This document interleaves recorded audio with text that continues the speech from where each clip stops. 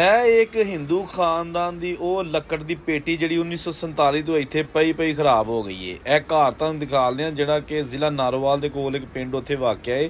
ਇਹਦੀਆਂ ਛੱਤਾਂ ਬਿਲਕੁਲ ਖਤਮ ਹੋ ਚੁੱਕੀਆਂ ਨੇ, ਸਿਰਫ ਦਰਵਾਜ਼ਿਆਂ ਨੂੰ ਕੁਝ ਨੂੰ ਜੰਦਰੇ ਵੱਜੇ ਤੇ ਕੁਝ ਦੇ ਬੂਹੇ ਵੀ ਨਹੀਂ ਹੈਗੇ। ਤੇ ਇੱਥੇ ਮੈਨੂੰ ਇੱਕ ਲੱਕੜ ਦੀ ਪੇਟੀ ਨਜ਼ਰ ਆਈ ਜਿਹੜੀ ਕਿ ਇੱਥੇ ਬਜ਼ੁਰਗ ਨੇ ਦੱਸਿਆ ਕਿ ਇਹ ਉਸ ਹਿੰਦੂ ਖੱਤਰੀ ਖਾਨਦਾਨ ਦੀ ਸੀ ਜਿਨ੍ਹਾਂ ਦਾ ਇਹ ਘਰ ਸੀ ਤੇ ਇਹਦੇ ਵਿੱਚ ਉਹ ਸਮਾਨ ਰੱਖਦੇ ਹੁੰਦੇ ਸਨ। ਉਸ ਤੋਂ ਬਾਅਦ ਫਿਰ ਇਹ ਤੁਸੀਂ ਦੇਖ ਲਓ ਇਹਦਾ ਹਾਲ ਕੀ ਹੈਗਾ, ਛੱਤਾਂ ਗਾਇਬ।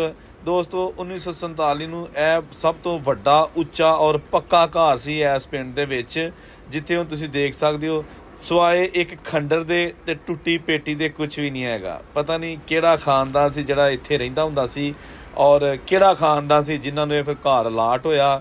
ਇਹ ਪੁਰਾਣਾ ਬੋਰਡ ਦਾ ਦਰਖਤ ਵੀ ਇੱਥੇ ਹੀ ਲੱਗਾ ਏ, ਇੱਟਾਂ ਵੀ ਇੱਥੇ ਹੀ ਨੇ।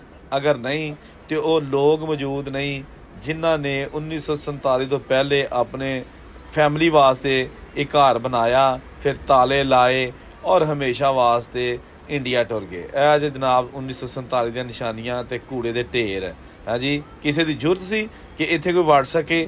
ਇਹਨਾਂ ਲਾਈਨਾਂ ਦੇ ਜ਼ਰੀਏ ਫਿਰ ਜਿਹੜੇ ਹਿੰਦੂ ਸਿੱਖ ਇੰਡੀਆ ਚਲੇ ਗਏ ਤੇ ਮੁਸਲਮਾਨ ਇਹਨਾਂ ਲਾਈਨਾਂ ਤੇ ਪਟਰੀਆਂ ਦੇ ਜ਼ਰੀਏ ਚੱਲ ਗਏ ਤੇ ਆਪਣਾ ਘਰ-ਬਾਰ ਇੰਡੀਆ ਛੱਡ ਕੇ ਤੇ ਪਾਕਿਸਤਾਨ ਆ ਗਏ। ਵੀਡੀਓ ਅੱਛੀ ਲੱਗੀ ਤਾਂ ਲਾਈਕ ਸ਼ੇਅਰ ਜ਼ਰੂਰ ਕਰ ਦਿਓ।